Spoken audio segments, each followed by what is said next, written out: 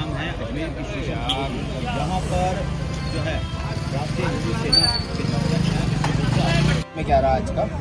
आज कोर्ट में अजमेर दरगाह साहिब ख्वाजा और भगवान सच्चे गोचर महादेव मंदिर मामले में सुनवाई हुई।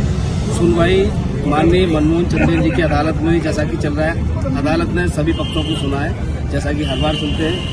और आज 7/11 पे हमें जवाब देना था। 7/11 मतलब रूल 7-11 जो कि दरगाह कमेटी की ओर से हमारे केस को खारिज करने के लिए लगाया गया। आज हमने उसमें जवाब देते हुए दरगाह जो 7/11 है उसको खारिज कर, उस एप्लीकेशन को खारिज करने के लिए हमने अपना रिप्लाई फाइल किया है। वहाँ से उनको बहस करने के लिए समय मांगा गया है, उन्हें समय दे दिया गया है। अब अगली डेट जो आएगी उस डेट पे 7/11 पर बहस होगी। ठीक है। संकट मोचन महादेव मंदिर अरे जी ख्वाजा साहब दरगाह मामले में दोपहर में सुनवाई हुई थी और अभी ऑर्डर आना था, ऑर्डर आ गया है। अब इस मामले में अगली सुनवाई 1 मार्च 2025 को है। उस दिन रूल 7-11 पे पूरी बहस होनी है, क्योंकि आज हमने रूल 7-11 पे जवाब दाखिल करना था, हमने जवाब दाखिल कर दिया है। जो दरगाह ख्वाजा साहब कमेटी को समय चाहिए था और हमारे भी वकील साहब दिल्ली से आ नहीं पाए थे, इसलिए दोनों लोगों ने सहमति से एक डेट इन लोगों ने डिसाइड की है। 1 मार्च 2025 को रूल 7-11 की जो एप्लीकेशन है जो मुस्लिम पक्ष द्वारा, उस एप्लीकेशन को हम खारिज करने की मांग कर रहे हैं और हमें उम्मीद है कि वो एप्लीकेशन खारिज होगी, क्योंकि रूल 7-11 पे हमने सारी जितनी भी साक्ष्य हैं वो हमने वहाँ पेश किए हैं।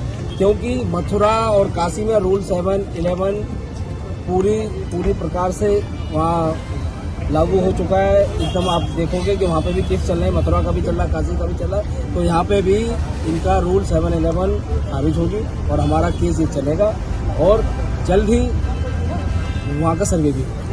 ASI की सर्वे की आपने पिछली बार में भी मांग रखी थी, आज भी कोई चर्चा हुई है? ना, अभी तो सबसे पहले जो केस है हमारा वो चलने योग्य है या नहीं है, ऐसी एप्लीकेशन मुस्लिम पक्ष द्वारा जो पेश की गई थी लास्ट तारीख पे, उसमें हमने अपना जवाब दाखिल कर दिया है और उन्होंने वो बार बार मामला उठा कर परसिप एक्ट उसमें उन्होंने मेंशन किया है। परसिप एक्ट लागू है, सुप्रीम कोर्ट में चल रहा है, पेंडिंग है, जब तक के लिए यहाँ सुनवाई ना हो, वो लोग ऐसी बात भी कर रहे हैं। तो हमने परसिप एक्ट यहाँ लागू नहीं होता है। परसिप एक्ट का भी जो कॉपी है हमने माननीय अदालत के समक्ष दी हुई है, परसिप एक्ट भी दिया है। उसमें कहीं पे भी जिक्र नहीं है अजमेर दरगाह और कब्रिस्तान के बारे में कि दरगाह और कब्रिस्तान ही पूजा अधिनियम कानून में आते हैं। और दूसरा, एक जजमेंट 1961 का जजमेंट है जो कि दरगाह कमेटी के खिलाफ, यानी कि अल्पसंख्यक मंत्रालय और दरगाह कमेटी के खिलाफ यहाँ के खादिम और चिश्ती परिवार और दीवान सब लोग मिलके कोर्ट गए थे, जयपुर हाई कोर्ट गए और उसके बाद सुप्रीम कोर्ट तक भी मामला गया। उस जजमेंट में सारी स्थिति विस्तार से साफ हो चुकी है। वो जजमेंट की कॉपी भी हम अदालत के समक्ष हम रख रहे हैं और उसमें साफ साफ लिखा है कि अजमेर दरगाह जो सरकार के अधीन आती है, गवर्नमेंट के अधीन आती है और खादिम का और जो जितने भी लोग जो दावा कर रहे हैं कि हम उनके वंशज हैं, ऐसा कोई भी साक्ष्य वो सुप्रीम कोर्ट में भी पहले पेश नहीं कर चुके हैं। ऐसा जजमेंट वहाँ है, उस जजमेंट को भी हम लगा रहे हैं और हमें उम्मीद है कि उनकी जो रूल 7-11 की याचिका है वो खारिज होगी और अजमेर दरगाह की सच्चाई सारी दुनिया के सामने होगी। क्योंकि अजमेर दरगाह नहीं, भगवान शिव का मंदिर है। क्योंकि अजमेर जो शहर है वो अजय मेरू के नाम से जाना जाता था और यहाँ पृथ्वीराज चौहान की जन्मस्थली है और यहाँ हजारों साल पुराना कोई मंदिर नहीं दिखता है, आप देखोगे। और संस्कृत विद्यालय जो कि आक्रमणकारियों ने पहले तोड़ दिया, वहाँ पे भी गवर्नमेंट द्वारा सर्वे हो चुका है, वहाँ पे भी ASI का बोर्ड लगा है। तो मैं मानता हूँ सर्वे होने में कहीं पे कोई आपत्ति नहीं और सर्वे में कोई तोड़फोड़ नहीं होने वाली है।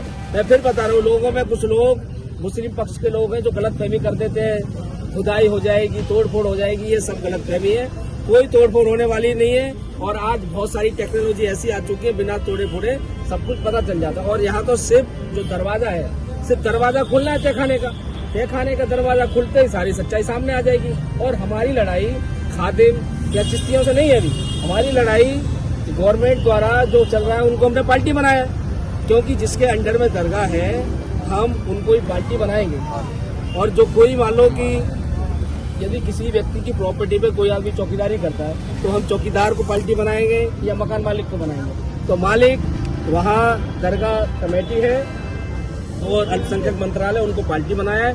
और किसी को पार्टी बनने के लिए जितनी भी एप्लीकेशन आ रही है हम सभी एप्लीकेशनों को अप्रोच कर रहे हैं और उन सभी को रद्द कराएंगे। प्रधानमंत्री की चादर को लेकर कुछ चर्चा हुई? हाँ जी, वो हमने जितनी भी संवैधानिक जो पद हैं उनसे जो चादर भेजी जा रही है और ताकि पूर्व में ऐसे अब ना भेजी जाए, उसको लेकर हमने कोर्ट में एक एप्लीकेशन मूव करी थी। उस एप्लीकेशन पे भी आज कोर्ट में चर्चा हुई है और जो दो पक्ष हैं उनके पास उस एप्लीकेशन की कॉपी पहुंच गई थी, एक के पास नहीं पहुंची है, तो उनको भी दे दी जाएगी और जल्द ही इस एप्लीकेशन पे सुनवाई होगी, ताकि भविष्य में किसी भी संवैधानिक पद पर, क्योंकि ये मामला कोर्ट में चल रहा है, विचाराधीन है, जब तक कोर्ट में चल रहा है तब तक के लिए पीएम, सीएम, डीएम किसी केंद्रीय मंत्री द्वारा कोई चादर यहाँ ना पेश की जाए। और यदि कोई व्यक्तिगत रूप से उसे पेश करता है तो मुझे कोई आपत्ति नहीं है।